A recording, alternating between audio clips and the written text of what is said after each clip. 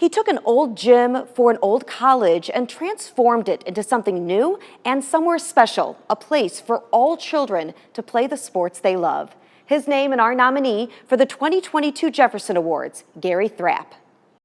What would your title be for Beyond the Baseline? Anywhere from custodian to owner. You decide.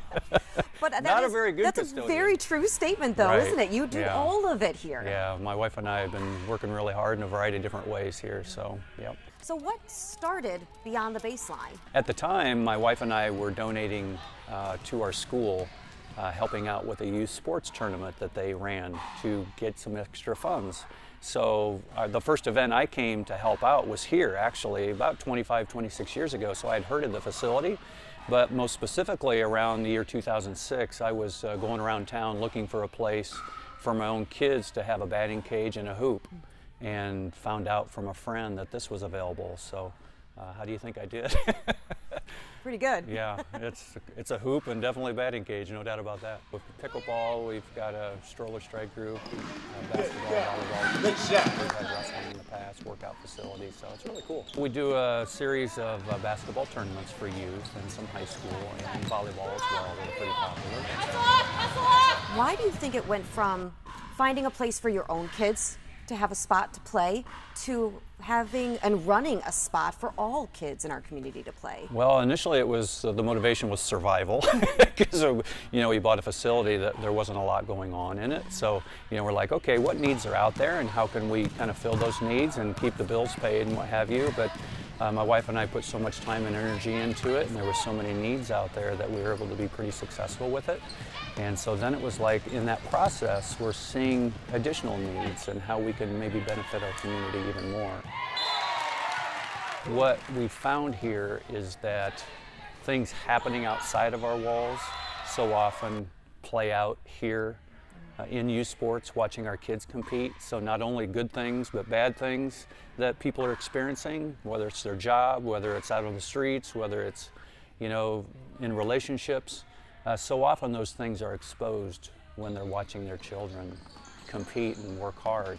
And so often our purpose is to try to come together and understand people come with different situations, and we just try to help make it work. It's probably kind of nice to create a common ground on this floor. It's not easy, because not only will our similarities be noticeable here, but differences just get exposed so quickly. And so the last couple of years has been very, very challenging. And what I've tried to bring is just some consistency and stability to our community that will help people, still head in a good direction, but at the same time help people get through things, I guess, a little bit. But it also exposes some severe needs that we have in our community as well. So I've been tried to be part of the solution in that regards as well. We have such good people and good kids in our community. It's nice to have an outlet for them to participate in competitive sports, and the key word is competitive. We want them working hard to be the best, and that's huge for them. So it's nice to have that here and have it very low cost for them. We're doing 2 programs now where it's free for the families and the kids to try to give that opportunity for people that don't have a lot of income to play competitive sports, because you know how much you can spend on one weekend to play competitive sports, and having a lot of money doesn't necessarily translate into being the best. So the nice thing is it shouldn't. And so the nice thing is, if we offer things for folks that don't have a lot, but keep it competitive and do it the right way, I think we can help those families succeed. Beyond the Baseline also goes beyond the gym and gets involved in issues affecting our community. Every Memorial Day, they hold their annual Faith Walk to raise awareness and reduce violence, honor those who've lost their lives, and beautify the Davenport neighborhood that they're a part of.